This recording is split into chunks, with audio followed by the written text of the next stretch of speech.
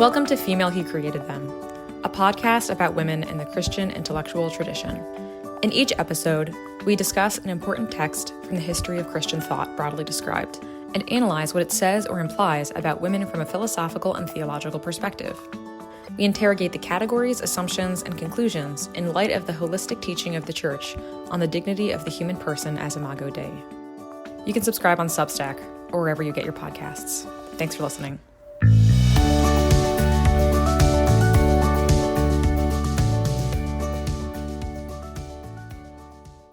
Welcome back, everyone, to Female He Created Them. I'm your co-host, Katie, and I am joined once again by my good friend, Mary. And I have an announcement that I did not tell Katie in our talk before. Oh my But gosh. that sounds very dramatic. It's not nearly as dramatic as I just made it sound. It is Lent, and I a few years ago I was taking a class at the seminary, and our professor told us that we were going to have oral exams rather than blue book exams because basically the seminarians had terrible handwriting, and this professor did not want to try to pick through it during grading week. And I fumed about this for a while because I hate taking oral exams, but I love taking blue book exams. And that is the particular way in which I am kind of weird, but there it is. So I was just grousing about this that these seminarians and their chicken scratch has prevented me from my right to take a blue book exam. And so I'm being really self-righteous and everything about this.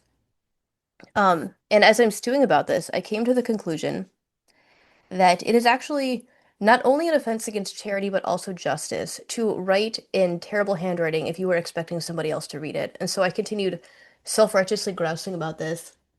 Um, and then shortly before Lent, it occurred to me that if I am not speaking clearly, I am guilty of exactly the same thing as I have been grousing about them about. So I have made a Lenten resolution to make a real attempt to speak more clearly. So hopefully this benefits the podcast audience as well. That's awesome. I love weird Lent things is one of my, like strange fascinations. One of my discussion questions with my friends a couple of times at like dinner parties was like, what's the strangest thing you've ever given up for Lent? Um, Mumbling, mumbling. mum- Mumbling is a weird one. Um, a couple times I thought this was good. A couple times people told me that they gave up looking in the mirror for Lent. That could Um, be good or bad, I could imagine. yeah. Well, I think it was, with the understanding that like you get ready in the morning and you like look once to make sure you don't look, like insane or like have stuff in your teeth or something, and then, Okay. but not to be like preoccupied with the way that you look. Which I think is interesting. Um, I once gave up complaining for Lent, which was one of my best Lents. I could imagine that. Not about you in Yeah. particular, but that's just is a great thing for anybody to be rid of. Yeah, it was So, interesting because sorry, go ahead. oh no, you tell your thing first and then I'll say my thing. It was interesting because I was in college at the time and I had this, I don't know how the idea came up. Probably I heard someone give a talk about, like being more grateful or this, that, and the other thing. It's like, you know what? I think I'm going to give up complaining and I'm going to include in that, like, just being negative and instead, like, focus my life on what is being positive. And the college that I went to had like a very it I would say a warm community. Like people really knew each other, and you would like, Hmm. walk into the cafeteria at a random time to get a cup of tea and no one else was really there. You would run into like, a couple other people who weren't even necessarily friends and you would still chat with them, like that kind of thing. And the thing that really stood out to me was not just that it was difficult to like reframe your way of thinking. When it really did reframe your way of thinking, because then in order to have things to say, you had to focus on like what was positive. But I also realized the extent to which we build our lives and our at least more superficial relationships around complaining. Like here are Hmm. people who are all basically like quite happy with their lives if, like overtired, but mostly through their own fault because they don't like start their papers on time or whatever. And the extent to which it was difficult to just have a normal conversation, beginning from like minute one or two, because it would immediately launch into, even if it was sort of like put in a cheerful voice, like complaining about the weather or complaining Hmm. about tests or complaining about whatever. And I was like, wow, our way of bonding with each other is to like complain. Hmm. So that was my big reveal. Yeah. I mean, I can see that though. Like the enemy of my enemy is my friend, and so if we can establish a mutual bond by having a mutual enemy, especially if it's something that's like not that Yeah. controversial, like it's raining and I don't like that it's raining or whatever. Yeah, that makes sense. I have found with my the reason that I have been talking fast and tripping over my words and not being intentional about articulating the entire word clearly, I found out it actually really is patience. I just want the idea train to continue running as fast as possible, and I kind of don't care if the other person has actually understood what I'm saying. So Mm. um, I'm finding that I am more willing to listen to people in general than I used to be in ways that I wasn't really anticipating. Like I'm slowing down my idea train, which in addition to being better, but in addition to this being a better way to communicate my own ideas, I am also, because I'm not just running it as fast as possible, I'm also becoming more aware that other people have ideas that are valuable and interesting, which is a thing I was aware of before, but like I'm having a heightened awareness of this now. Um, Hmm. and that's been really good. Um, yeah, so I think this is my really good weird thing for Lent this year. That's great. I'm all about it. So we have Um, an article to talk about. Abigail Favale, do you want to give us an intro? to Abigail Favale. Or, well, today's Just topic. what we're I reading. feel like I always pitch that to you to set us up, but I think you're better at it than I am. Um, yeah. So today we're talking about an article from Church Life Journal by Abigail Favale called From Stereotypes to Icons. Um, Abigail Favale is interesting. She currently teaches at Notre Dame, though I actually don't know if she technically has a teaching position or if she is a fellow with the McGrath Institute um, at Notre Dame. I know she's affiliated with the McGrath Institute, but she has written a couple different books which feature gender in some way. The first of which We was her, we recorded on one of them, the Genesis of yeah, Gender. We did that, I think, last year. yeah, I think it was last year, Genesis of Gender, and then her first book, which was about her conversion, basically. But she comes from a, she's raised evangelical Christian, then she goes to college and ends up doing her graduate work in women and gender studies, and so she knows a lot about feminist theory and its various iterations. Then she converts to Catholicism, and now she sort of, blends the two and has critiques all around and many interesting things to say. Um, so the article that she has today is interesting because it kind of has three parts, and we're only going to talk about two of them. But the three parts are sort of a preamble in which she sets up Sister Prudence Allen's frame for understanding the different ways, at least in the Western world, that we think about gender on a spectrum from sex unity to sex polarity and with complementarity somewhere in the middle. So, like, are the genders basically the same? Are they fundamentally like opposite to each other? Are they somehow fitting together well, even though they have some different traits, but they actually, make up a sum greater than the, or a whole greater than the sum of its parts kind of thing. And then she brings in this piece from the clearer thinking gender continuum test to talk about what differences actually exist between men and women. And then at the end, she talks about JP2 and makes this argument about how we, especially in the church, can move from thinking about gender along the lines of, as the title suggests, stereotypes to an understanding of like the symbolism of the body and also the symbolism of the genders in essentially like revealing God. Mm. One thing I thought, thank you for that, by the way. One thing I thought You're welcome. was me trying to be attentive to other people and not space out when my podcast partner is like just talking about the thing I told her to talk about. Um, I'm not done with Lent yet. We haven't even hit Laetare Sunday yet, so I don't have to be good at this yet. Okay, one Nice. thing I thought was really important about her work here, she says that um when we talk about things that are true of men or true of women, she puts her finger on something that I think has been missed in a lot of places, and that is that a lot of these stereotypes, and I don't want to say all of them, because there are a lot that maybe aren't true or whatever, but a lot of these stereotypes are in fact true in the aggregate, but they are not necessarily true of every individual person. And the stereotypes tend to be the people at the extreme ends of these bell curves. And however, like the average woman is closer to the male average, or most women are closer to the male average than to the female extreme, and vice versa.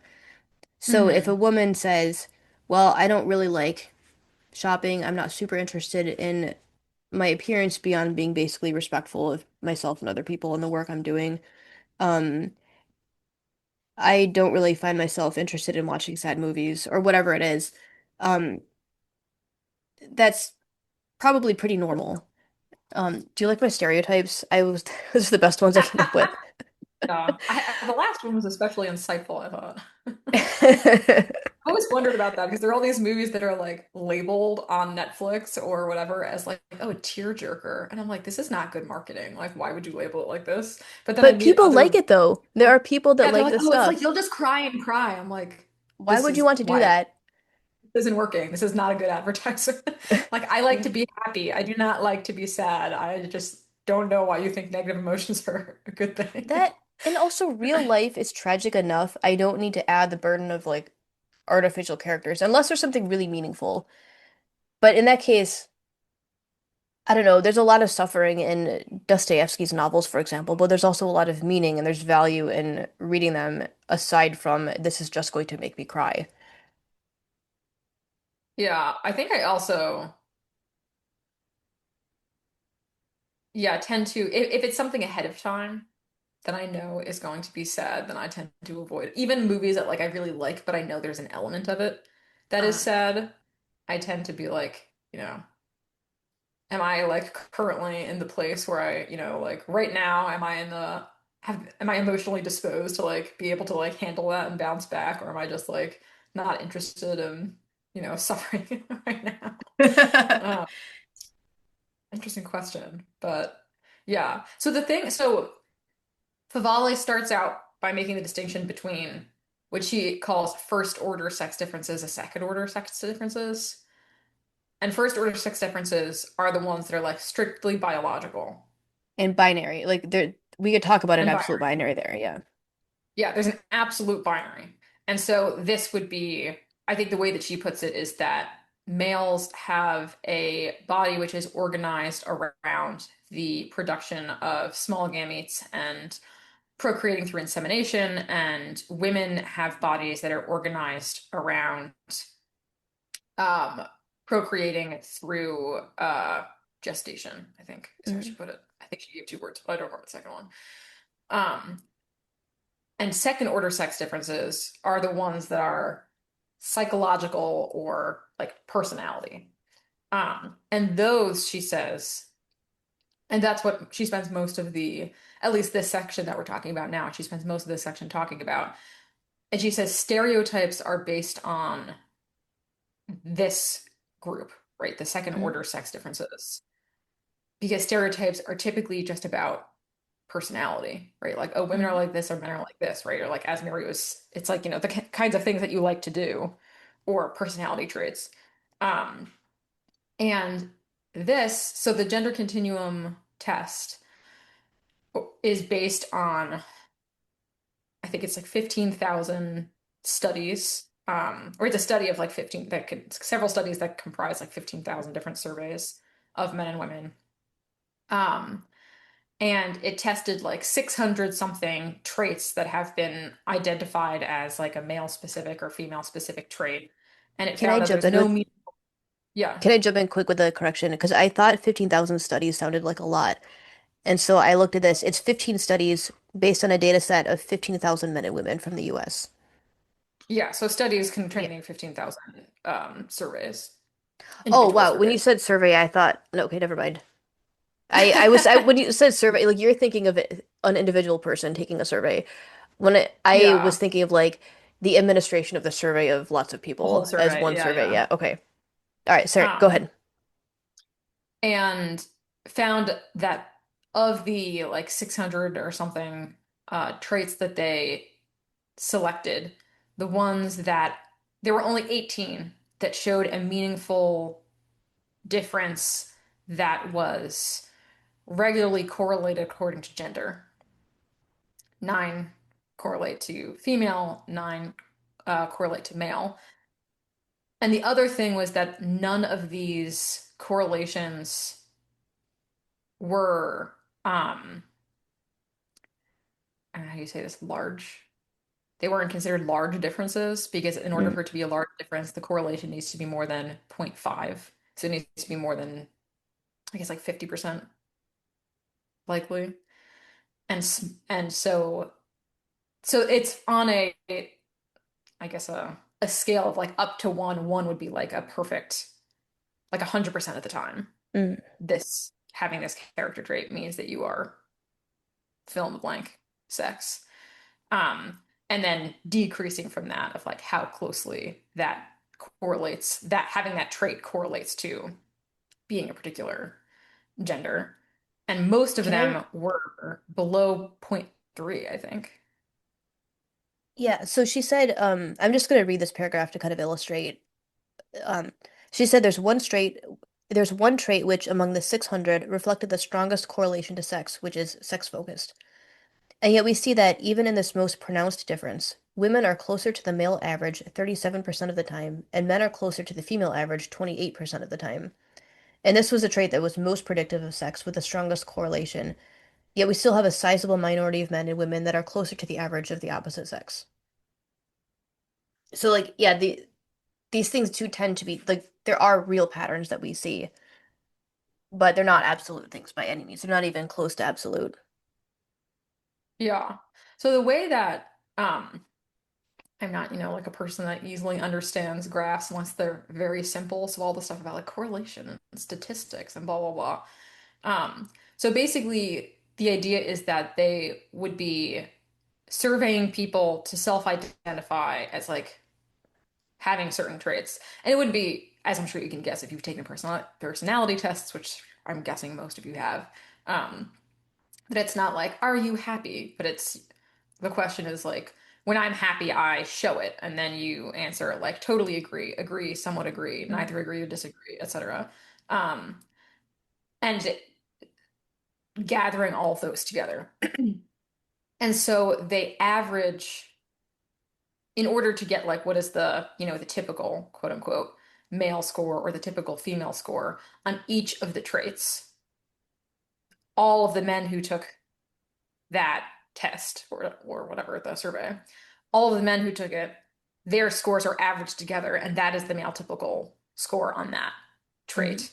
And the same for women. And then the comparison is basically from the average male score, how close is the female average score to that same thing? And so in the passage that Mary just read, of the 18 traits, the one that is the strongest predictor of sex, meaning the strongest predictor of if you're male or female, is how frequently you think about sex. And I'm sure people are not surprised to hear that it predicts generally that you are male. Um, but the idea is that you have a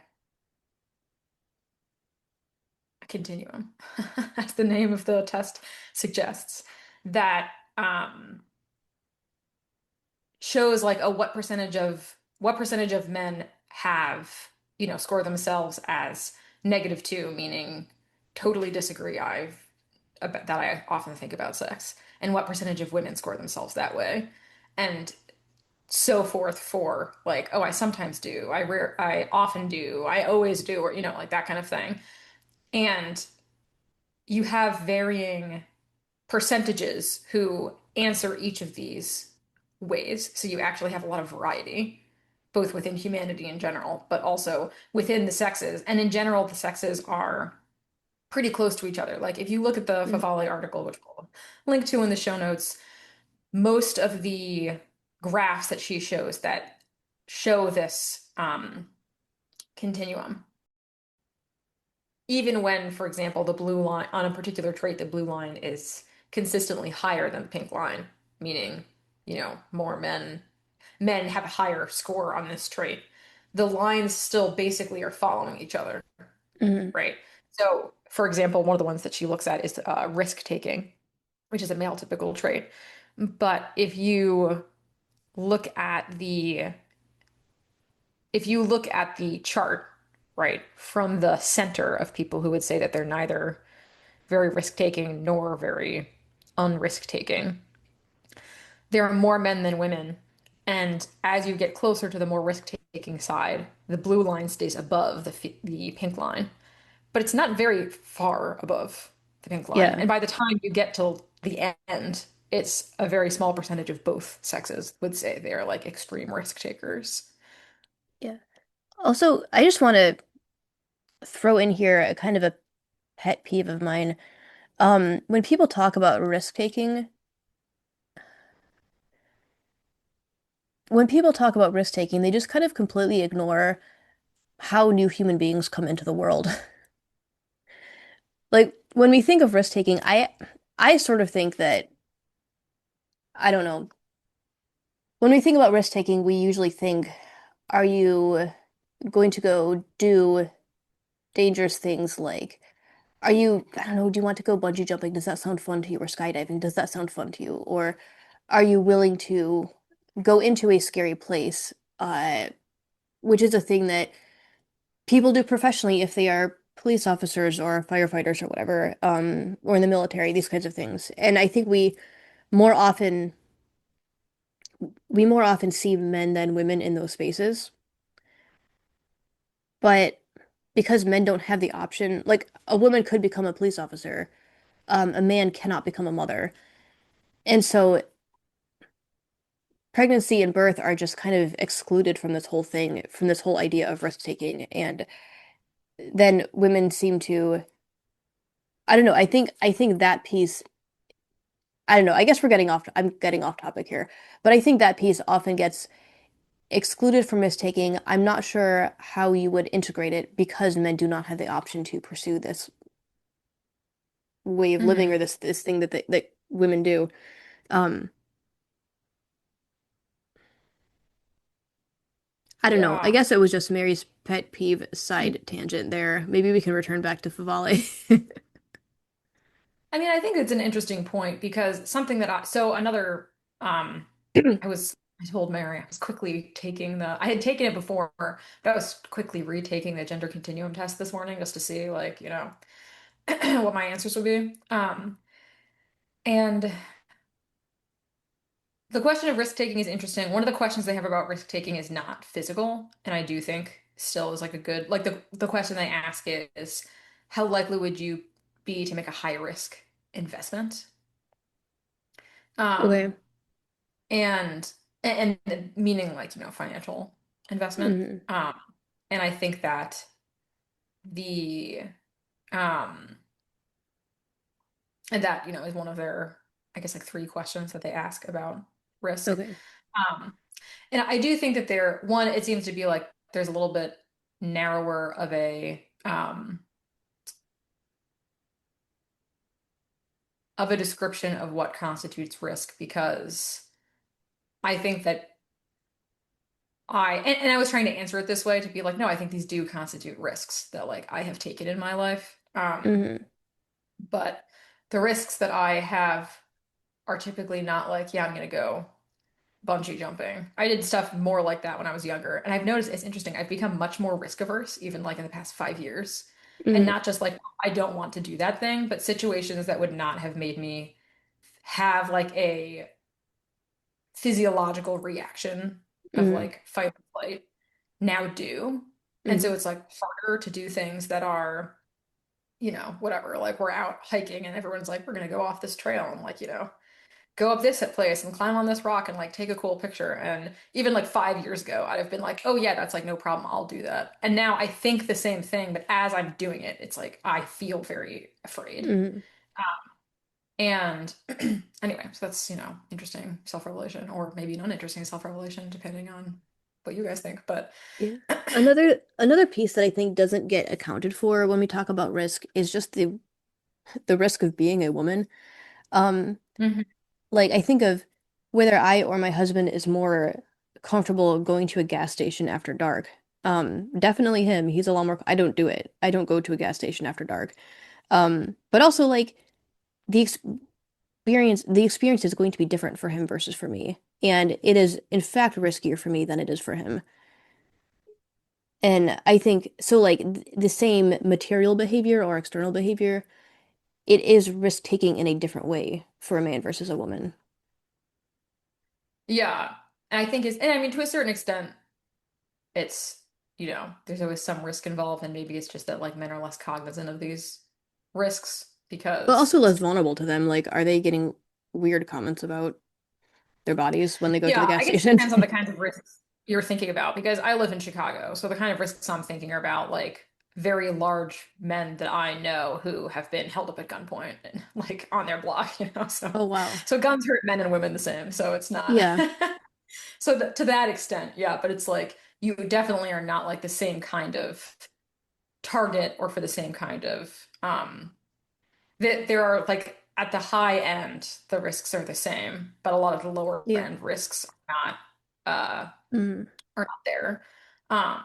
Yeah, and so I think even like the notion of like, oh, are you risk taking or not? It's like, well, if you feel that the world is more dangerous for you than just sort of like living your ordinary life Mm. feels like a risk, right? Like to a Yeah. certain extent, I take public transportation every day, and I do experience that as a risk because like people who behave weirdly frequently come on, and you wonder if they're going to do something bad to you, and you wonder if they're Mm. going to target you because you're a very small woman. Um, or the fact that like if they did, you wouldn't like really do a lot to stop it. And so you like when they get on the train, look around the train, like, is there anyone here who I think would intervene if Mm. something bad Yeah. started happening to me? Or like I would get invited to a party or something like that. Like later at night, that was you make your plans around like how late is it going to be when I go home by myself and so I'm taking a risk going to this party because somebody could at in the middle of the night follow me home at like whatever. um yeah, so I think that like the risk thing, at least yeah, that one element is not necessarily well regarded or well represented. The other thing is that this is something we've talked about before, but the other thing is I feel like it doesn't really account for sometimes it says like how do I feel rather than like how do I act. So that Yeah. is okay.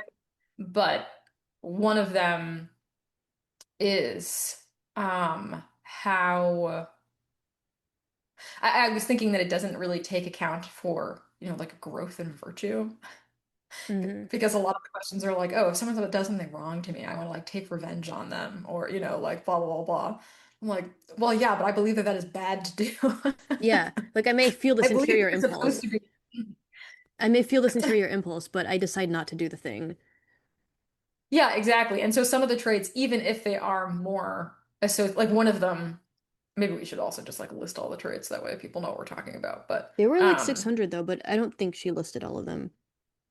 she only listed the ones that are there are 600, but they're not all talked about because only Yeah. 18 have The a the correlation to 18 that set. did reflect a statistically meaningful difference between the sexes are listed here.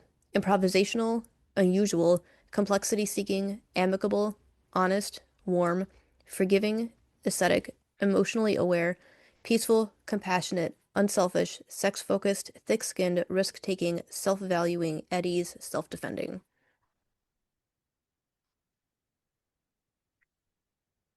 Yeah, and some of these, you know, it is very funny because at one point in the test, they're like, "Oh, see if you can guess like which of the male traits and which of the female traits." I'm like, I feel like this is pretty easy, but um, whatever.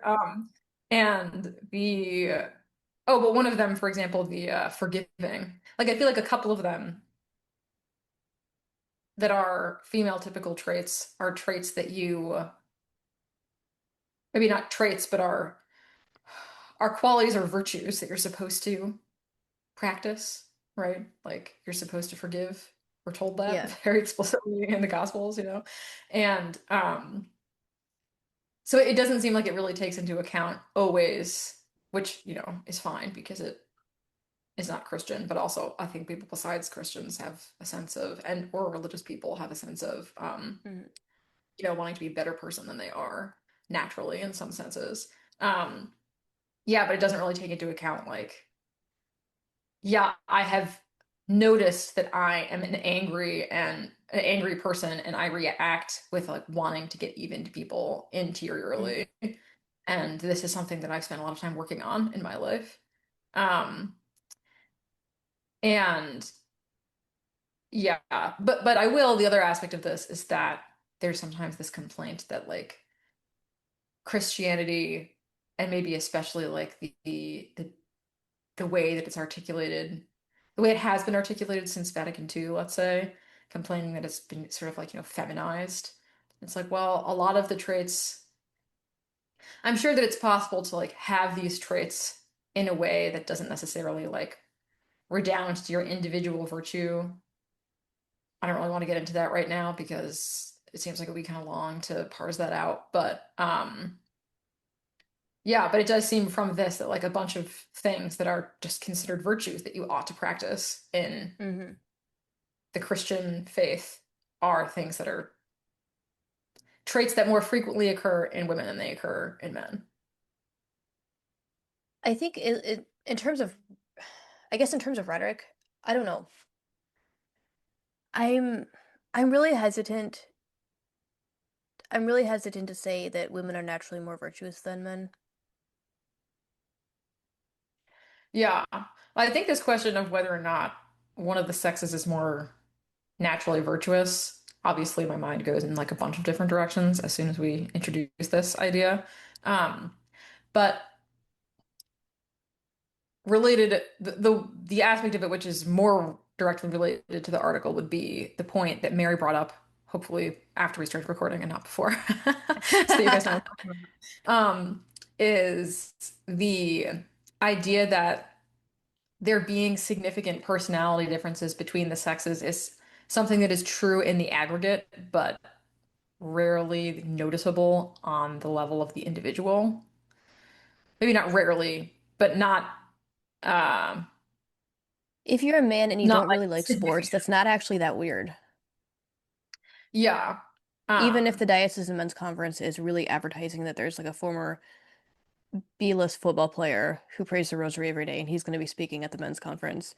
And if you don't like get hyped up about that, like that's actually not that weird. that's fine. Yeah. And it also doesn't mean you're like less manly if you're not into that. And same for women, like it doesn't mean you're less feminine or less womanly if you just aren't that interested in clothing. Did that Yeah. sound Well, weird? I think this Never mind, goes go. back to um the question of or the point about like the spectrum and the various line graphs that she shows in the article, which is that there is the male average and there's the female average score on a particular trait, and they're typically actually not that very far away from each other. Hmm. So, okay, on the question of who is more emotionally aware, if three is extremely emotionally aware and -3 is completely emotionally obtuse, the average woman scored 1.6. So that would be a little bit closer to quite emotionally aware than it is to somewhat emotionally aware. And the average man scored 1.1. And so that also is, like pretty emotionally aware. Yeah, that is a Um, positive number. yeah, so they're both like pretty far over on the score of being emotionally aware, and they're also pretty close to one another. Hmm. And in addition to that, the thing that she points out is that on each of these traits, a sizable percentage of the opposite sex is closer to the average of the sex they don't have, right? So a Hmm. sizable percentage of women are closer to the male score of emotional awareness of 1.1 than they are um uh to the female average of 1.6. Now this is interesting in part because on this particular on this particular example, as you so in at the bottom left you have 0% and 0% of the population and like the lowest possible score on that trait. And then as it moves up, generally the trait goes from bottom left to top right. And as it gets higher, it's a higher percentage of the population. And as it gets further to the right, it increases in the particular trait. And so while women and men um, both average sort of lower down, it's interesting to me because those who would rate themselves as like quite emotionally aware is still the highest percentage of both sexes. Hmm. So it's above, that's the score that gets a little bit above 20% of women and almost 20% of men would say that they're quite emotionally aware. And that's a higher percentage for a single score than any of the other single scores. Hmm. Um, anyway, maybe I'm just being like dazzled by math in a way that everyone else is sort of like, we know about But math, Katie. Katie, but Katie, you're a woman. Women can't do math. No, the thing is that I'm not that complexity seeking. So when someone shows me a graph, I'm like, oh my gosh, I'm like so confused.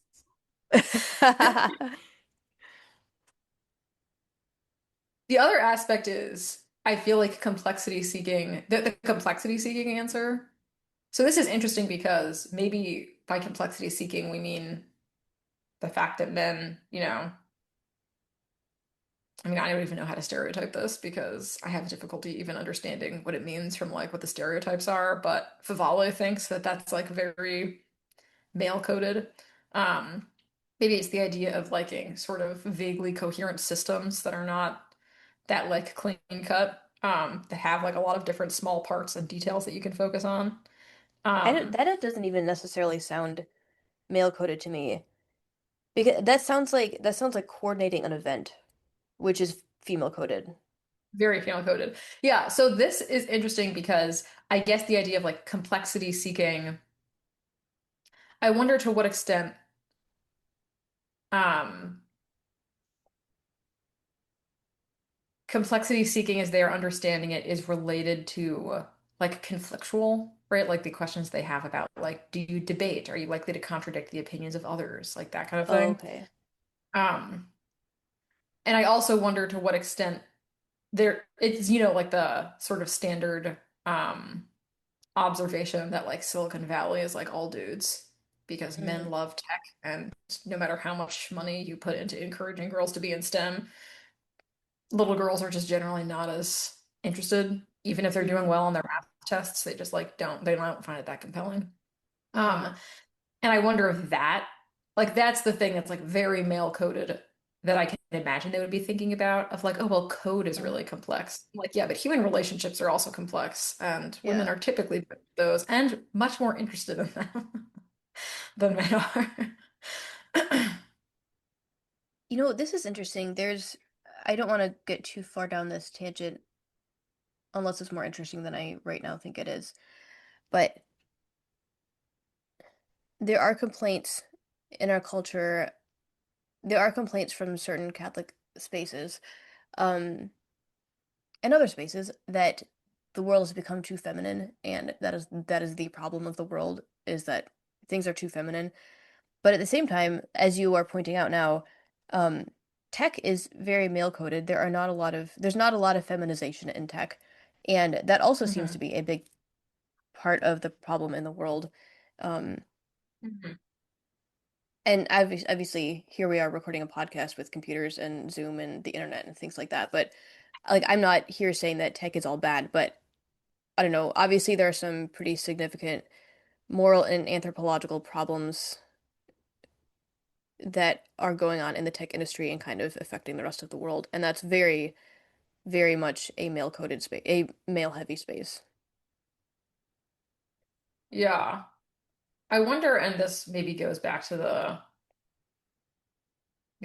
whatever, more, I don't know if they're stereotypes, but sex typical traits, but that men are very interested in complexity and making things more simple by their sort of dabbling in the complexity of things that are essentially tools. Like men think that tools should be complicated and people should be simple, and they tend to treat most things like tools. And women are less interested in expending their complexity energy on tools and more interested in expending it on relationships as they understand people are very complicated. And this is sort of like the the complexity that each is more likely to be engaged in. I think also complexity, because I was thinking about this with regard to like whether or not I am complexity seeking. And I'm like, oh, well, this is a trait that Abigail Favale says that she has. And so maybe I should, my like inherent internal misogyny is like, well, if men are complexity seeking, then why can't I be? And like, but the thing is that one of the questions that they use to get at that is if something seems like it's too complicated for me to understand, then I'm uninterested in it.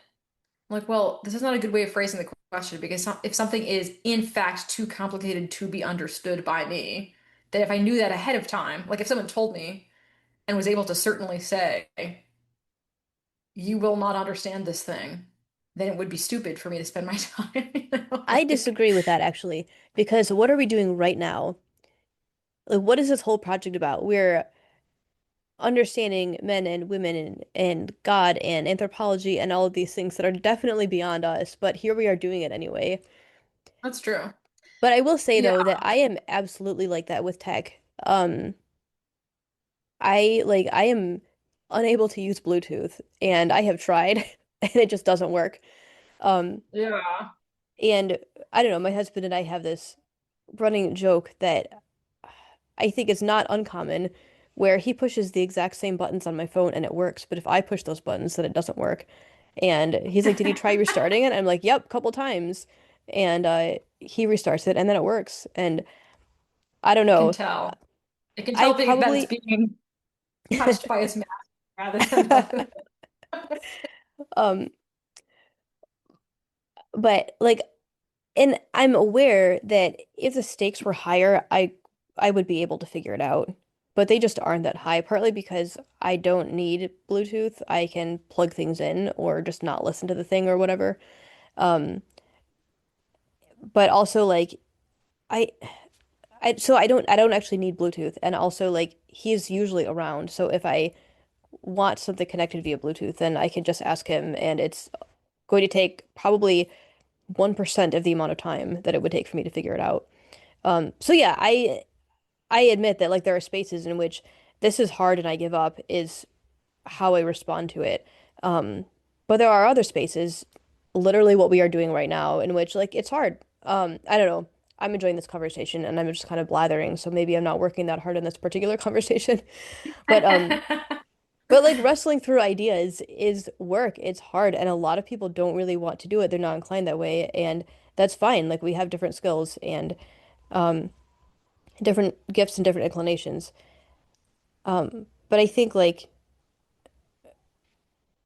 I think yeah, complexity speaking or complexity seeking or do I give up in the face of a problem that is difficult? I think it's just distributed differently. Well, I think that is also like, yeah, sort of deciding ahead of time what counts as complex, Or such also what as the counts like, as worth it. well, yeah, but like, oh, well, coding is complex, and so therefore men are more interested in coding, and men love economics, and that's very complicated because it has like a lot of small pieces or whatever. Um, and I was having a conversation yesterday about business things. And one of my standard lines when someone says like, "Oh, what does so and so do?" Is like they do a business thing and they've explained it to me before, but business things are just not a thing that I can remember because it all just seems sort of made up to me, which it in fact is. But like, and so it's like, oh well, I do like XYZ. I'm like, these are all words that like don't have a lot of meaning, and it's kind of jargon in order to like reinforce the. It's like most jargon, it's gatekeeping, so it becomes its own discipline or its own thing in order to you need to like learn the lingo. But Hmm. anyway. But it's very funny because with said individual, he knows obviously like right now he's looking for a job and so he spends time like researching these things. But he just like works with great facility with these terms in fields that he's like never really been in, but they're all sort of like business related. And he's like, "Oh, well, it's like a mid-level this and it like make parts for XYZ and it does like, fulfillment. I don't think it does, like fill in the blank bunch of words that I like understand the sentence when it's spoken to me." But are just I couldn't like pull out. I'm like, if it's not like an obvious thing that they do, like a lawyer, that I can do, I understand, like or um oh, he works in tech or he, codes or he's an engineer or like this kind of stuff. But the like amorphous business space is very weird to me. And I'm also a historian, so I know business was like invented fairly recently in human history. And I'm sitting there thinking like this is such like a dude thing to talk about and like be interested in, um, even if you're not, like whatever, even if it's not your area, you still often like know a lot about it because men are Hmm. just very interested in business as sort of like a self-sustaining, entity. And I thought, you know, what did men do before they invented business? Like, what were they all into prior to that? I just don't know. And I wonder if it's kind of the equivalent of this idea of like, oh, like the way that the family structure is supposed to be is like women stay home with their children and men like go out to work or whatever. And you say like, okay, that's a description of what it means to be a woman that's based on a very particular, fairly new economic arrangement that exists in only some parts of the world. And if it's sort of like similar to that, like men are all into this thing. It's like, Hmm. well, they needed to be into something else before that. So then I'm like, as he's talking, unfortunately, I'm sort of like zoning out because I don't totally like care about what's going on with like whether or not Granger is like a mid-level or like a top-sized company based on how many thousands of employees they have. And I'm like, I have no way of guessing this. Like anything more than like 20 is like, you know, that's kind of it. I'm like, oh, they have like about 15 employees. I'm like, oh, they have like a bunch. It's like a few story building. I don't know. And I'm thinking, so while he's talking, I'm thinking like, before they invented business, like what would men be talking about? And I'm like, were they talking about like hunting techniques or like what was the equivalent before? And I'm like, maybe they just like talked about farming a lot or like, what were they all, farming techniques, plowing tech, like I'm not sure what was like the collective thing that they all were fascinated by before they invented this thing. If we have any male listeners that have insight into this, let us know. I'm interested in your thoughts. Yeah, yeah. Um, Okay, the aggregate. I keep wanting to come back to the aggregate because I feel like this is the main thing that when Mary said, like, we should read this article, um, that was like the main point at which that was the thing that was sort of like her, that was the hook, right? This is how she Yeah, advertised it. I think this is the first time I've heard this articulated because I'm not comfortable saying that men and women are equally interested in X, Y, or Z thing when it's pretty obvious that that there is a difference there. I just observe that in people that I know and see. But at the same time, it is also true in my observation that um, quite a number of people, myself included, don't fit very neatly with the list that is given to us for our sex. So, and I had that tension for a long time. And she just said, I don't know, it was just so apparent the way she said it. Like, yes, these things generally are true in the aggregate, but they're not necessarily true of each individual. And also like you're not failing as a man or as a woman if you don't check the particular boxes that are given to you. And I think that's a Hmm. really important point that gets missed. And she also said that um a lot of conversation in the church, and I feel like this especially in events because that's what I always feel bad about not doing. Um, but she says that a lot of the conversation in the church says men and women are complementary because of these second order characteristics. And she doesn't want to ground our complementarity in those things that are not necessarily true um, of any individual. Because when you have a marriage, you have a particular man and a particular woman. And so you could say it's good that men and women complement each other because I don't know, men are more aggressive and women are more compassionate. And so you have both to balance each other out in this family. And that's a nice thing to say, but if that is not true of this particular man and this particular woman, then what does that say about them? Like, is their marriage going to totally fall apart because he's not aggressive enough and she's not compassionate enough? Or, like, can a marriage work if the husband and wife themselves, as particular individuals, do not fall into the stereotypes very neatly? That's a really important and relevant question. And I think she answered, I don't know if she intended to answer this particular question, but I think she does answer it that the fact of you being a man or being a woman is that is the like non-negotiable binary piece of it. But the second order pieces, um, you work those out in whatever way works for your marriage. And that's okay if like it's okay if you're not checking all of the boxes for your sex because you can still be an authentic man or an authentic woman without that. Yeah. I wonder, um, yeah, so she makes the point about in general, the male and the female average are like relatively close to each other. There isn't a large difference on any of the traits, even that can be gender predictive or gender suggestive, maybe is a better way of putting it. Mhm. Um, but also points out that yeah, there are obviously extremes. And so the way that I don't think that she puts it this way in the article, but the way that Leila Bresco had also talked about this test or survey or whatever it is a couple years ago, and the way that she put it was overlapping bell curves. Mhm. And so you have bell curves of generally masculine traits and generally feminine traits in some way, but they overlap significantly. And so at the extremes, which is also the smallest percentage of the population, you will have, you know, closer to all women or all men. But the significant majority of men and women are much closer to the center and to one Mhm. another on that trait than they are to the extreme. And Favale says that the stereotype is based on the extreme. And so Mhm. this is the reason why masculine stereotypes and feminine stereotypes tend to either make you feel bad or confused Yeah. about like, should I be like this? Because of the fact that the thing that's being presented as typical is Mhm. actually quite atypical. Typical and necessary.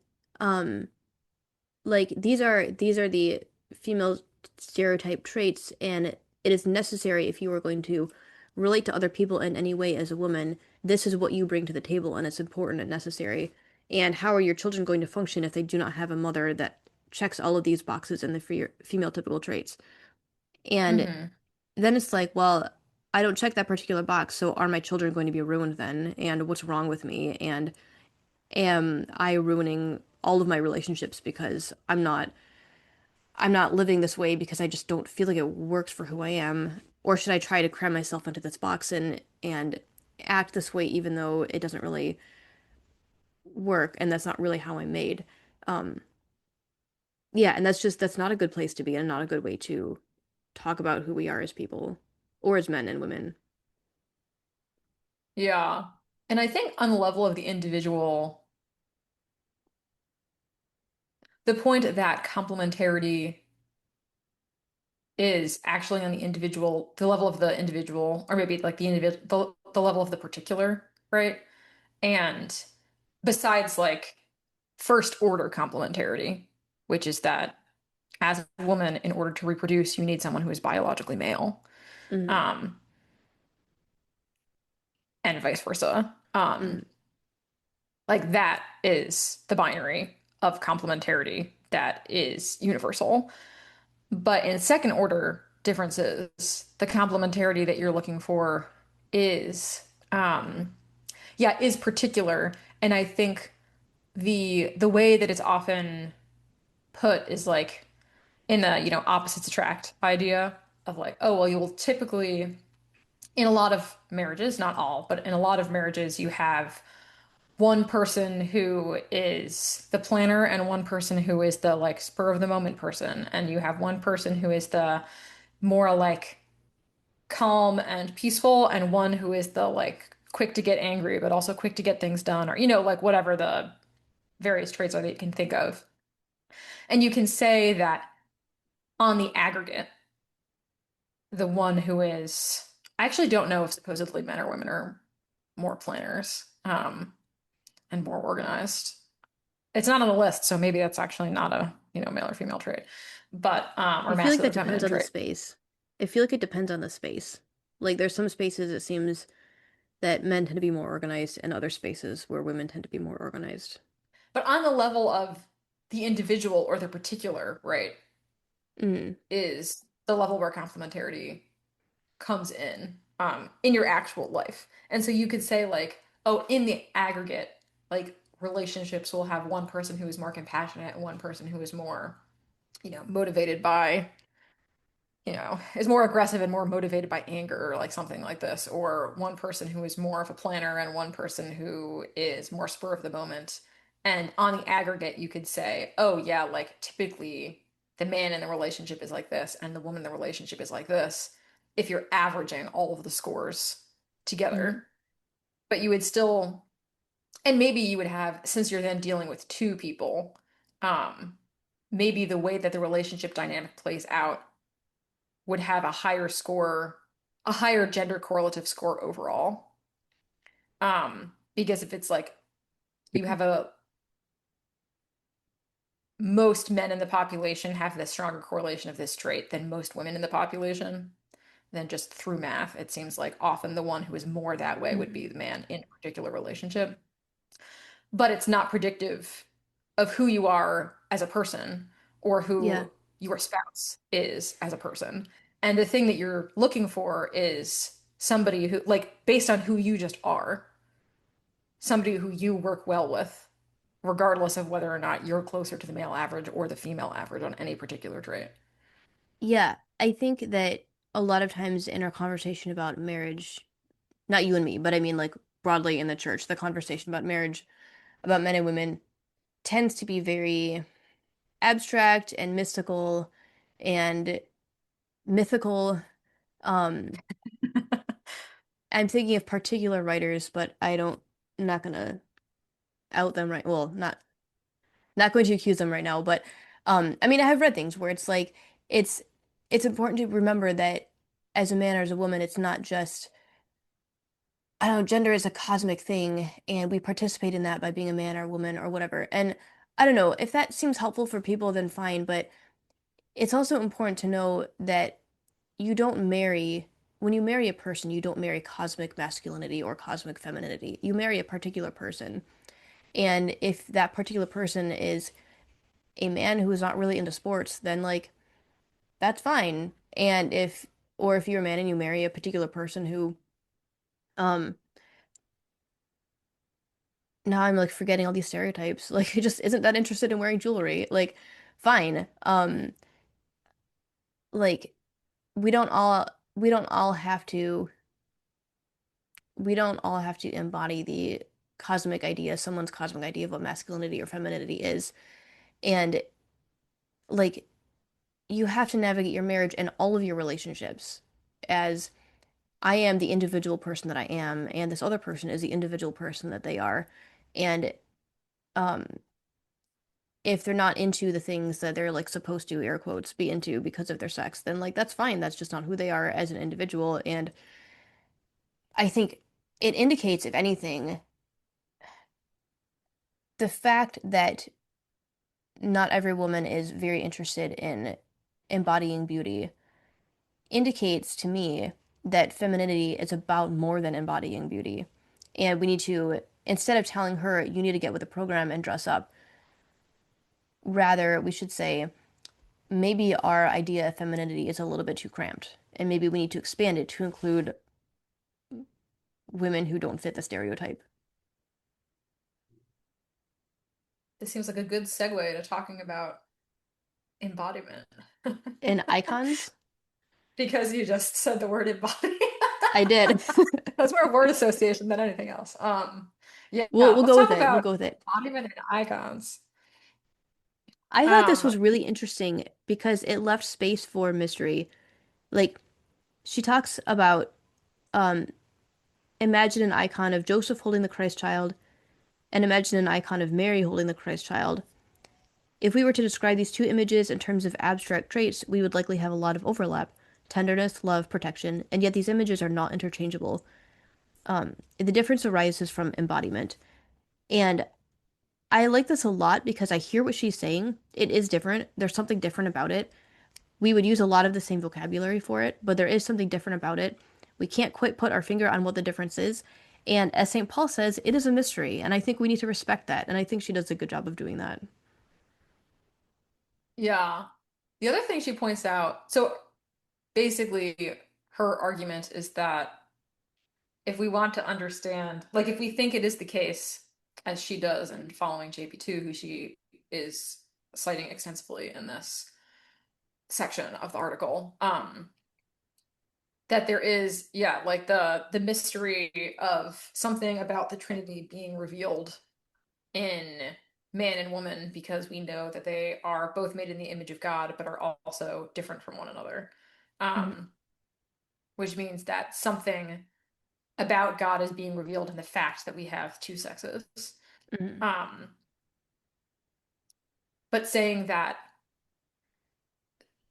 you can, in order for that to be true, it has to really be true only, or primarily at least, of things that are the case 100% of the time. And things that are true mhm, 100% of the time are just the embodiment aspect of it. mhm, Um, and yeah, I find that very interesting. And the idea that, like, even if you have, even like what we were talking about before, of like maybe you are a very, like ready to take risks and like quick to defend yourself or whatever are the, masculine typical traits, but you are female. Like those things are going to be at play in a different way, both yeah. from sort of like prudential considerations and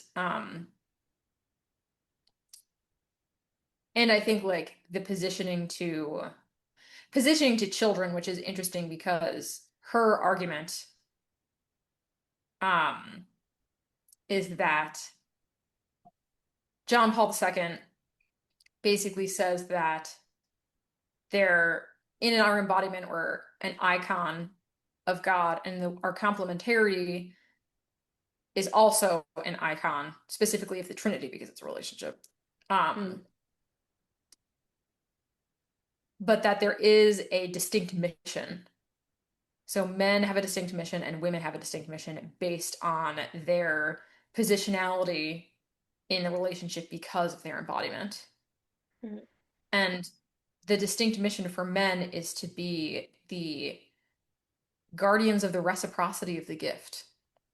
And gift meaning like the self gift, the reciprocal self gift.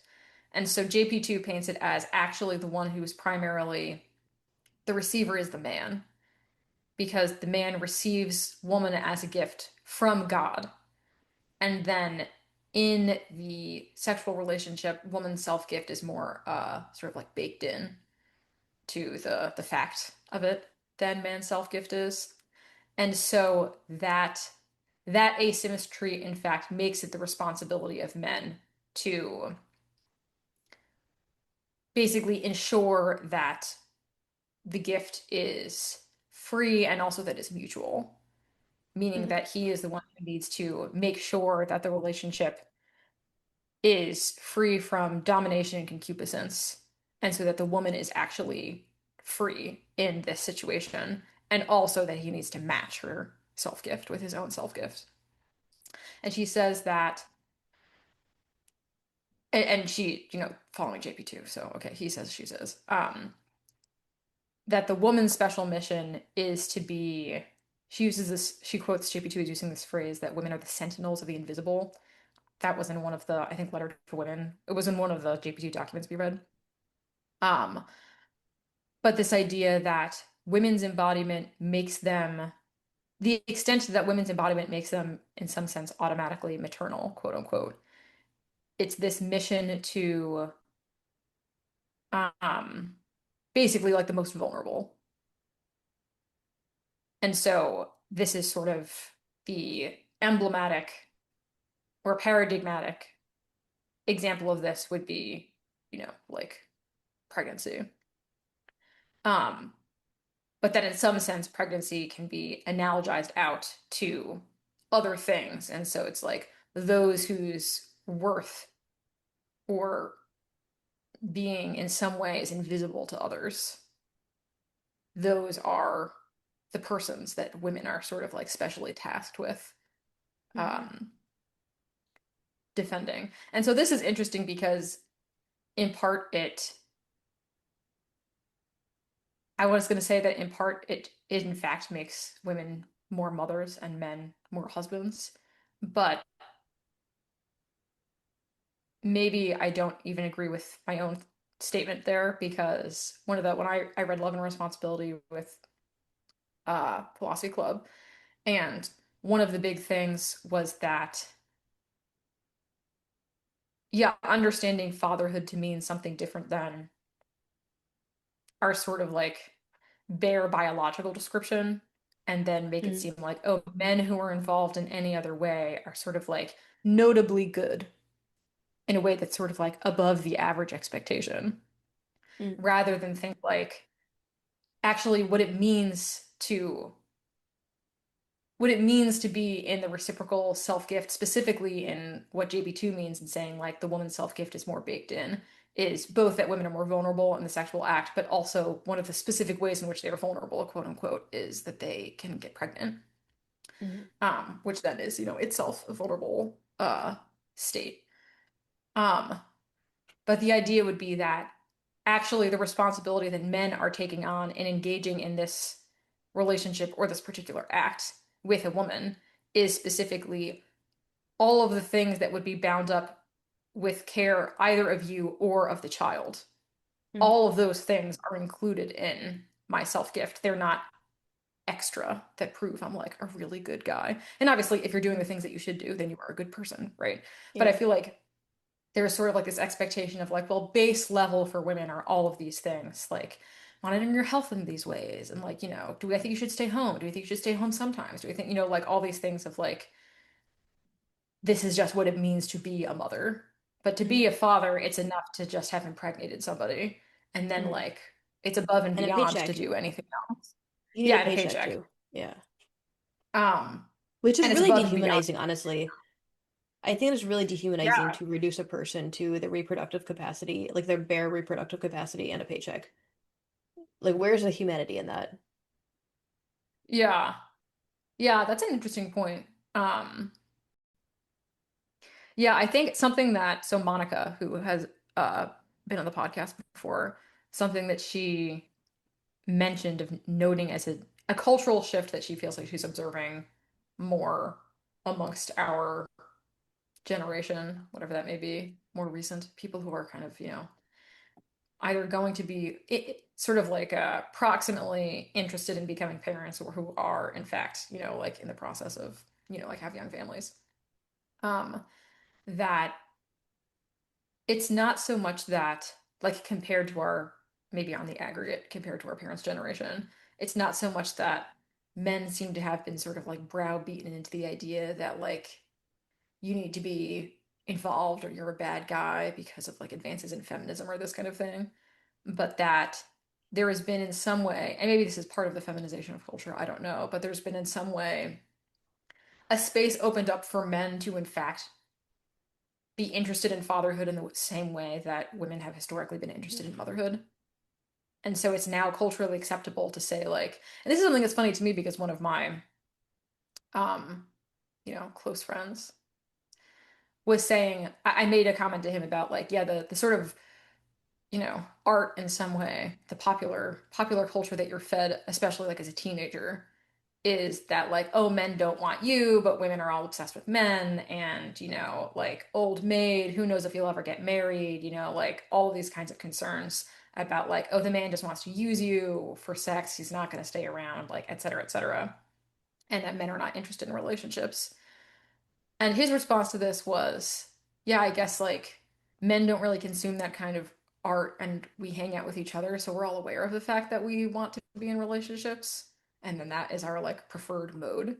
And also the people that I know who would say that they're not interested in having children, um, most or all of them are women. But he said like in his own experience of like his male friends who are not like he did not grow up in a space that it's like these are all very Catholic people or very Christian who think they Hmm. need to like X, Y, Z. Like he went to public school and like none of his friends are religious. He's like, Hmm. yeah, all of my friends want to have kids, and many of them say they would kind of prefer to have a lot of kids. Hmm.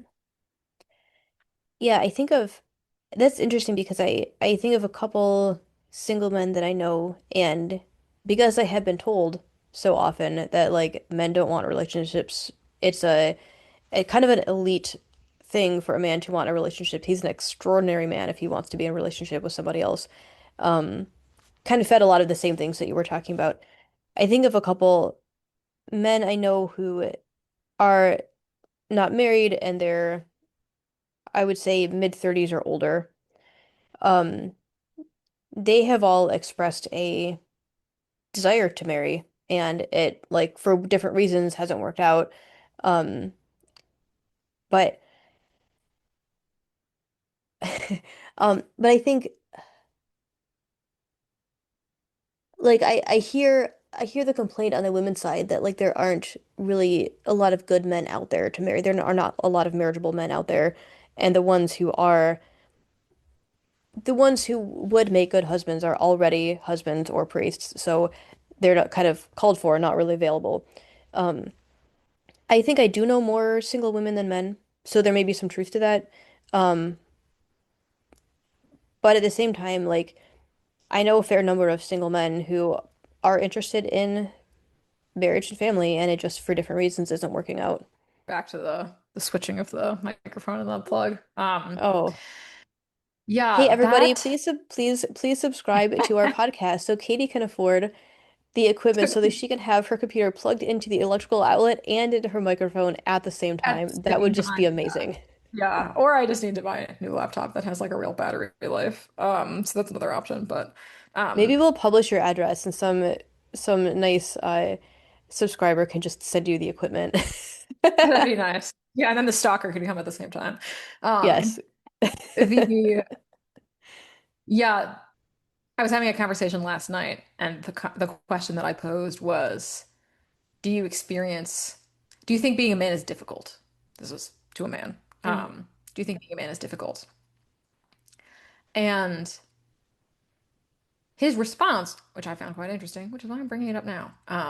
His response was, I mean, I guess in a lot of ways you could say that it isn't, unless we're allowed to include like loneliness.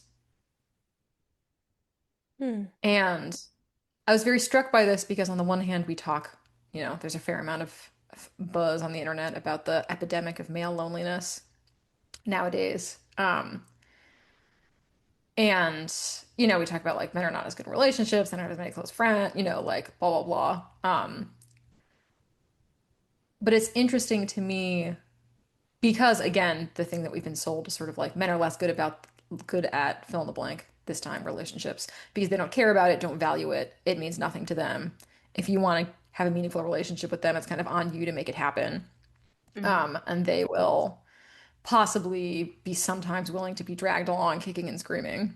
Um, And yeah, so I found it interesting and compelling in many ways to say, like,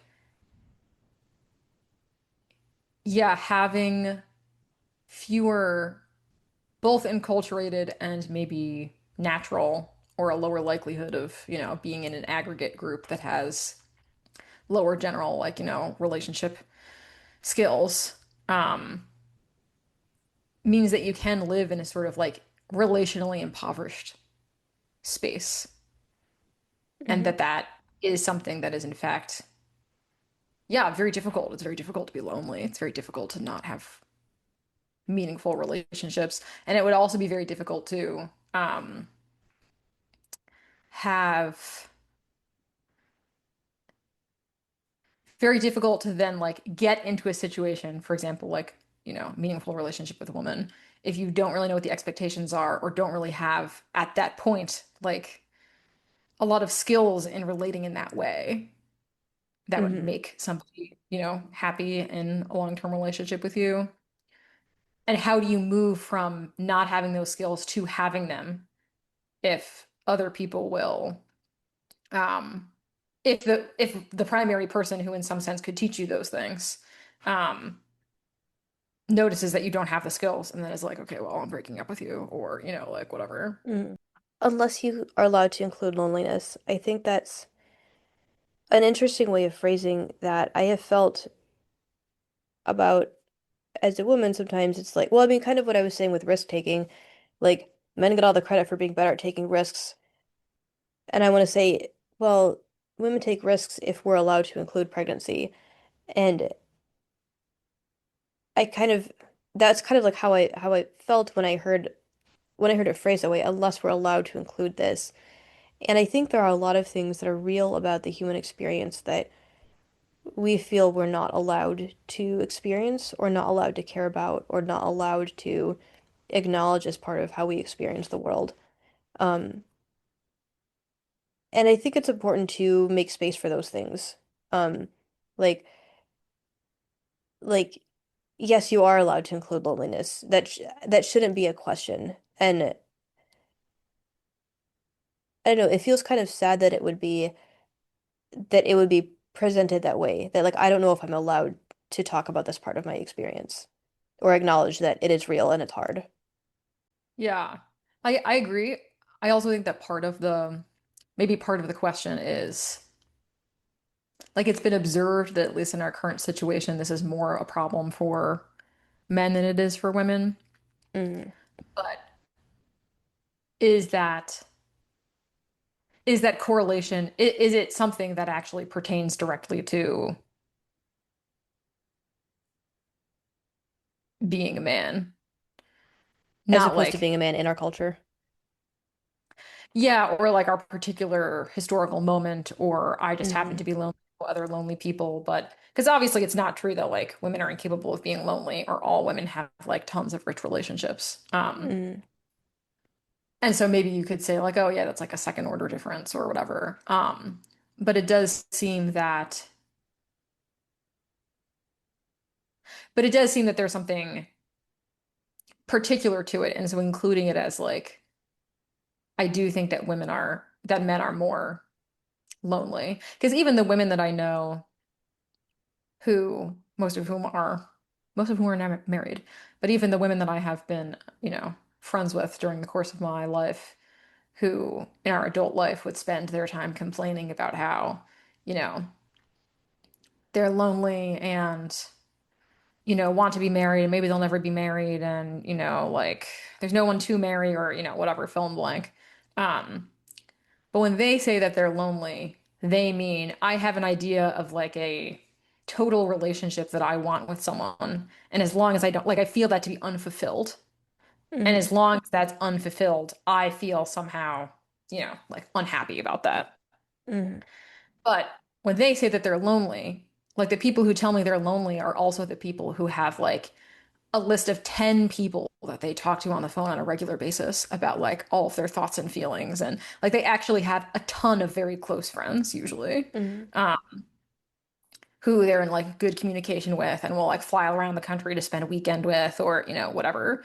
And so they say they're lonely because they want particularly a marriage, Hmm. but they're not actually lonely. Was whereas my impression from men saying that they're lonely is not necessarily like, yes, they do want a relationship, but it's not like they have typified as this like ideal relationship in their mind, but it's like they either have very few people to hang out with, or the people that they hang out with exclusively like play video games, watch sports together, or like joke around, but none of their relationships are actually like particularly deep in that particular. And obviously, like there's a place for just like hanging out or goofing around or whatever, but there isn't the same kind of like deep relating. And so when men say they're lonely, they mean they like have nobody to talk to about this kind of stuff. Mm-hmm. And when women say they're lonely, they just mean that they want to get married. That's interesting. I hadn't thought about. I'm trying to track that with my observations, and I don't know that I know enough people to say whether that tracks or doesn't with my experience. But I can definitely see how that would make sense. Can I shift and talk about icons? Yes, please. Okay. So I know we don't have a whole lot of time left, so I hope we can say this quickly. Um, I remember when I was a new mom and had my little newborn baby, and I was trying to figure out what to do about mass and how loud is loud enough that I have to take the kid out, and how does like nursing in public work, and just these kinds of things. And so I was at a daily mass and just kind of flustered and overwhelmed and frustrated, and it was all very difficult. And then there was someone else who I met, who I knew, who was at mass also, and afterward mentioned that it was like we were in a conversation separately, and he said it was really inspiring to see me at mass, this like image of mother and child, and I'm like, I felt kind of violated, honestly, because I was like, I have so much going on interiorly that is so distressing and upsetting and confusing. And, but for you, you can just look at me and like benefit from this image of mother and child in whatever like way you were praying about the Blessed Mother and baby Jesus or whatever it was. Um, and it was really upsetting to me that I felt that I had been reduced to an image and an icon. I don't quite want to say icon yet. But I felt that like all of my frustration and interior experience did not matter because I was just this image for him. Um, he didn't mean it that way. I was not in a great place to receive that comment, and he had no way of knowing that. Um, and I truly believe that it was inspiring for him in a good way, but I just did not receive it in that way. Um, I guess almost a year ago now, it was ordination season, and I the our diocese had published things that you publish around ordination season, and this older priest was giving advice, not, I don't know, I think he was ordained maybe 10 years ago, was giving advice to the new priests. And he said that um, there will be times when other people love your priesthood more than you do. And I thought that was really interesting. I don't know the interior life of a priest. I've obviously never been one. Um, but I have been in spaces where other people, as I just described, where other people see me in my own whatever I'm imaging, and they're having a different experience of me as image than I am of my own experience. Um, and seeing it put that way, like I can imagine a space where a priest is having an interior crisis that he's not really gonna preach about or like tell everyone about. Um, and I can still see him as an image of Christ and be grateful that he's providing the sacraments and whatever else he's doing in the parish and all of these things. And I can see myself in a space of loving his priesthood more than he does if he's having an interior difficult time that he can't really talk about, and I'm still benefiting from that image that he is embodying. Um, and if that can be true for him, it could also be true for me that um, I'm still embodying this image, whether I am really enjoying that embodiment right now or not, whether I'm having interior distress about it or not. Um, I could still be that image just by existing in the space that I exist at and trying to do it well. Um, And so I've been thinking about this for a long time, well, several months now since I read that. And I think this may be the way that we can be self-gift to people that we don't know that well. I'm not really going to invest deeply in a relationship with somebody that I like don't really know that well. Like one of the other regulars at daily mass that I see them frequently, but we say hi, but that's kind of about the extent of the relationship. Um, we're not going to be in a space where we are telling each other all of our deep, personal, important things, but still we can be images for each other. We are images for each other. It's good for me to see a lot of the same people. It's good for me to see people image a particular way of living, image a particular way of expressing God and the economy of salvation and these kinds of things. Um, and when we talk about self-gift, a lot of times, I think because a lot of times it's talked about in the context of marriage and sex, it's seen as we think of it as a very personal, intense thing and a very intimate thing.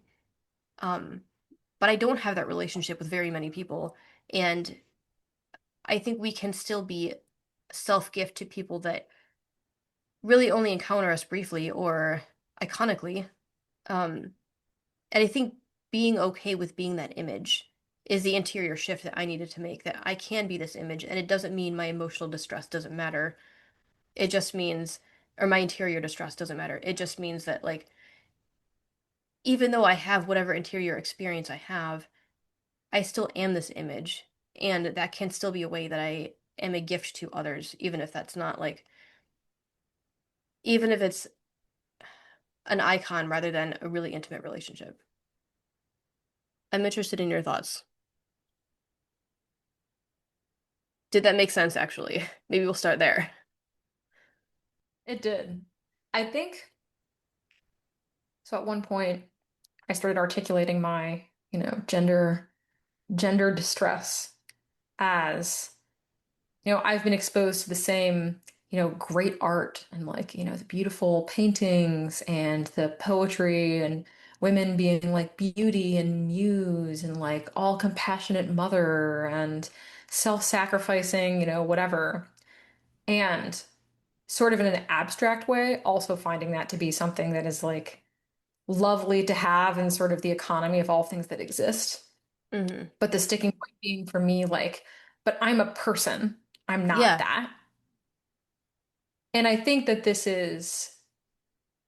it's interesting to me, and I wonder if the problem is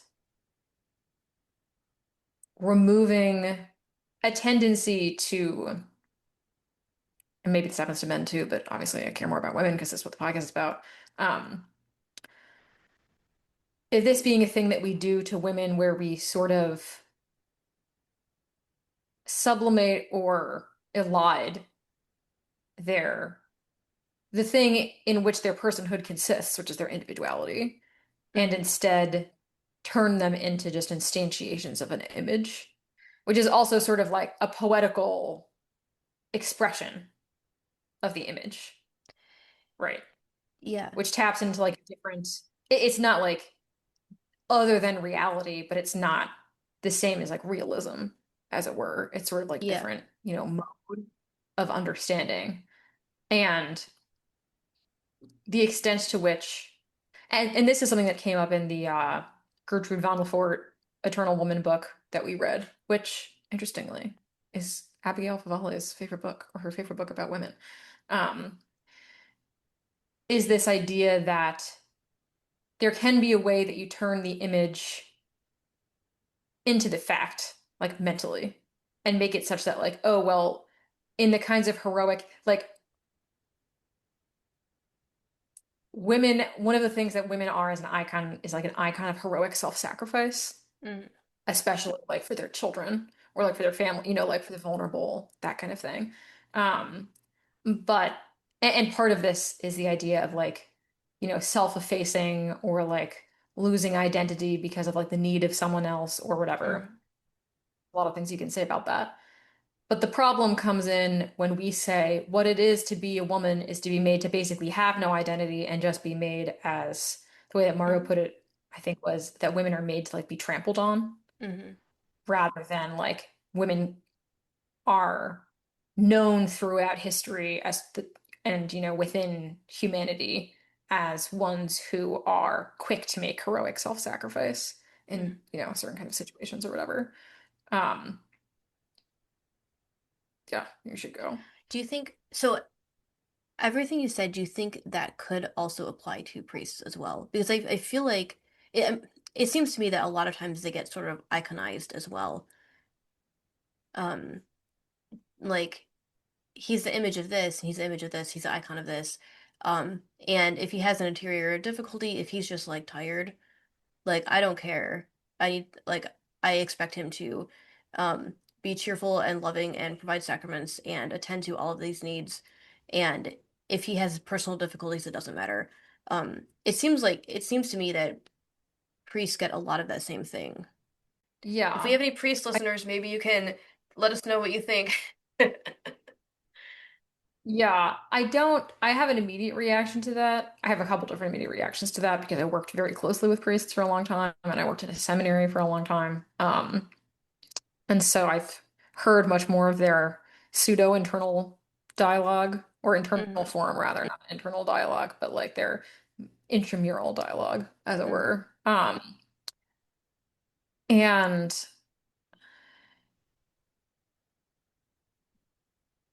yeah, perhaps because of that experience, I am just much less, sort of vulnerable to the um the way that people have of sort of idolizing priests. Hmm. Um, or maybe in this sense we would say iconizing Hmm. priests. Um, You mean you don't, or because you don't think that people do? or I don't, so I think that I Yeah. maybe like brush it off as, like, oh, that person is weird or immature or, Okay. like has a strange thing about that I find bizarre and I just move on. But yeah, I think there's also a different, like being a priest is a much more, being a priest is not a universal vocation for men. And being a priest is not the same thing as being a man. Yeah. Um, so there's that element of it. Um, I think though, like with all of our like we all embody the image of God in different ways. And I think that I know I keep going back to the line that people will love you other people will love your priesthood more than you do. And that has definitely been true of me in motherhood. There have been days when I'm like especially in the beginning when I was like I don't even know which way is up right now. When people are like, "Oh, you're so sweet and you're sweet little baby." And I'm like, "I'm falling apart, but I can't talk about that." Um mm, but I think like I think that insofar as we all embody the image of God in different ways. As men, as women, as mothers, as priests, as like whatever it is. But at the same time, we are all people with our individual selves and our individual interior lives, which can sometimes be distressing or sometimes be joyful or whatever it is. Um, and I think there is a space for, especially like I don't want everyone to know all of my interior personal stuff. Um, but I think that, and so, but I think there is space for allowing myself to be an image, um, allowing myself to image God in the sense of people see me and see the image, and I'm okay with that. I don't expect them necessarily to care about all of my interior stuff because I don't actually know them that well. But I can still be the image for them even though we don't have a very intimate relationship. Whereas like in an actual friendship, marriage, closer relationship, I do expect people to care about my interior to the degree that I, want to share it. Um, mhm. and so I think that like I guess I want to say I'm okay with people being iconized as long as they are not thereby dehumanized. And I think we can allow ourselves to be icons without necessarily taking the iconization as dehumanization. Yeah, I think I agree, but I think that there is a way that it can, like, there's a way of I think it's true that one can be oversensitive Hmm. and see this, yeah, like iconization as dehumanization in itself. But I Hmm. think there's also a way of iconizing that is, in fact, dehumanizing insofar as it's depersonalizing, Yeah. right? Like, just decide that the person is the same Hmm. as this thing, and also like to turn the icon into a stereotype and then to decide that's who you are. Maybe that's like the intermediary step, Yeah. right? Like Yeah. all others are like this because they image this thing, and I therefore make the jump that it means all these further things, and then all women are Hmm. like that if I see them holding a Hmm. baby. Um, Yeah. Rather than there being something, yeah, like very moving about a portrayal of a woman who is, like I think if people react this way even to like like animals, right? Like when you see like the mother, fill in the blank, the mother polar bear like defending her young or something like this. There's something, maybe I'm just weird, but something sort of inspiring about this when it's Hmm. like in all places, in the animal kingdom from human beings on down the line, like mothers defend their kids. And this is like Not in the every area, animal, but yes, there are some. not at all. Yeah, yeah. But I mean like in many and probably Yeah. like the higher, like the lower down you go, like insects are not as like well relied upon for this kind of thing. But mammals are very well relied upon for this Yeah. kind of thing. And also like human beings are not always perfectly relied upon for this kind of thing. But that being something that is, yeah, kind of inspiring of like the extent the there being like a particular icon of the extent to which parental love will go, and that Hmm. being in some way actually best imaged in Yeah. the mother. Maybe because of the fact that there's a sense of like women who are in themselves understood to be vulnerable will Hmm. forget their own vulnerability if it means defending those who are more vulnerable than they are. Right. And there's Hmm. something, speaking of risk taking, there's something much more heroic about that Hmm. um, than there is in seeing a man who has some prayer of actually like maybe he would engage in this just because this guy slighted him or, like whatever. Um, Has Not anybody read obviously that. Samuel in the Bible? Um, Yeah, yeah. But I think that um, maybe an aspect of this is needing to needing to be willing to see the icon embodied in a lot of different ways. hmm. So there's a difference between having what you have sort of iconic emotions about, but is in fact a stereotype, and then just projecting it onto all women you see with children, Hmm. versus seeing women with the vulnerable in a lot of different contexts and seeing the icon in all of these Hmm. applications. Hmm. Maybe And that's also, kind of like, the difference.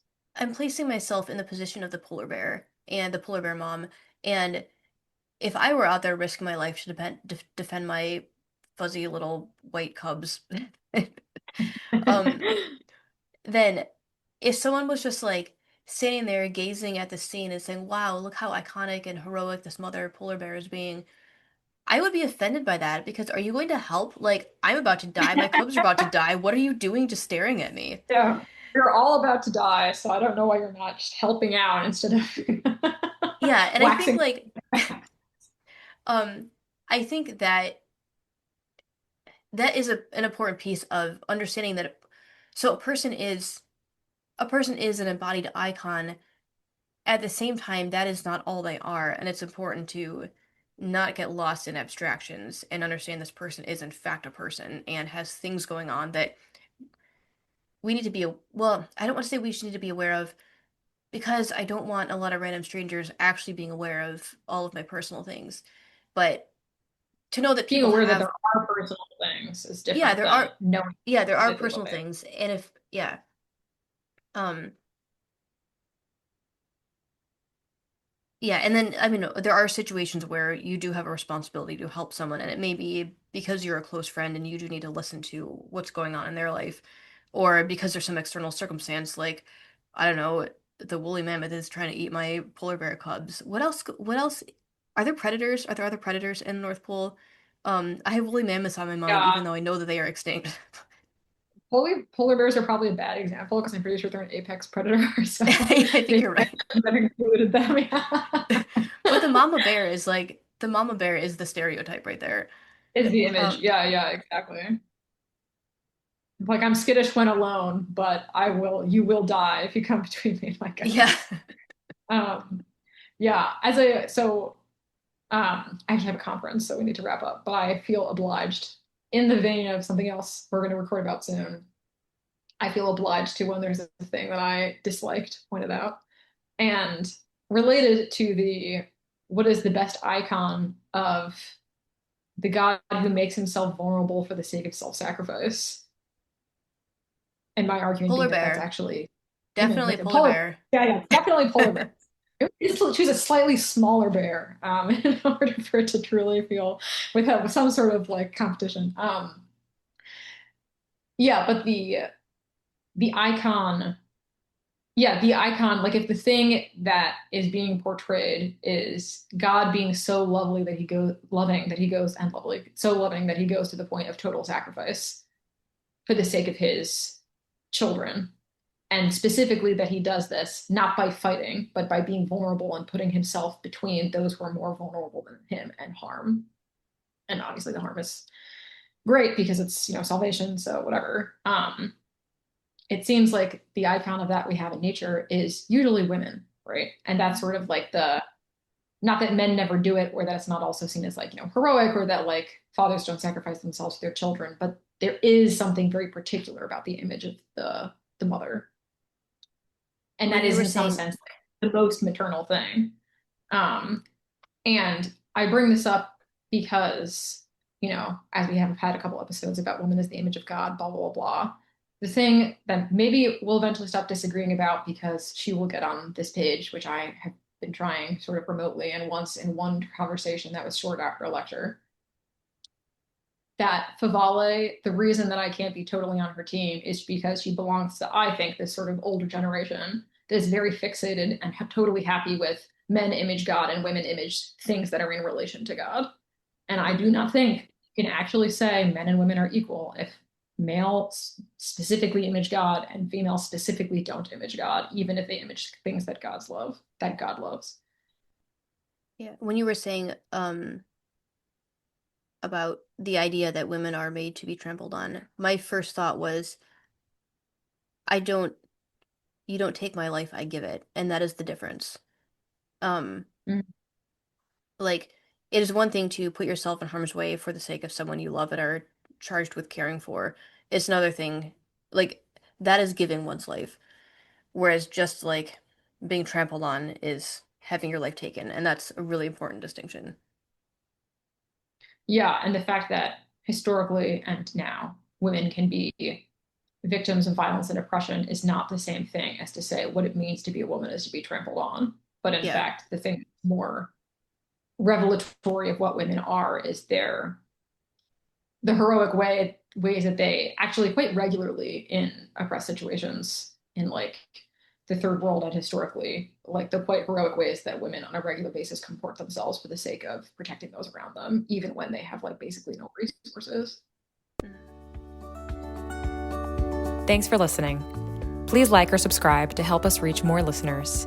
And please share with anyone, man or woman, who you think might find this podcast helpful. God bless.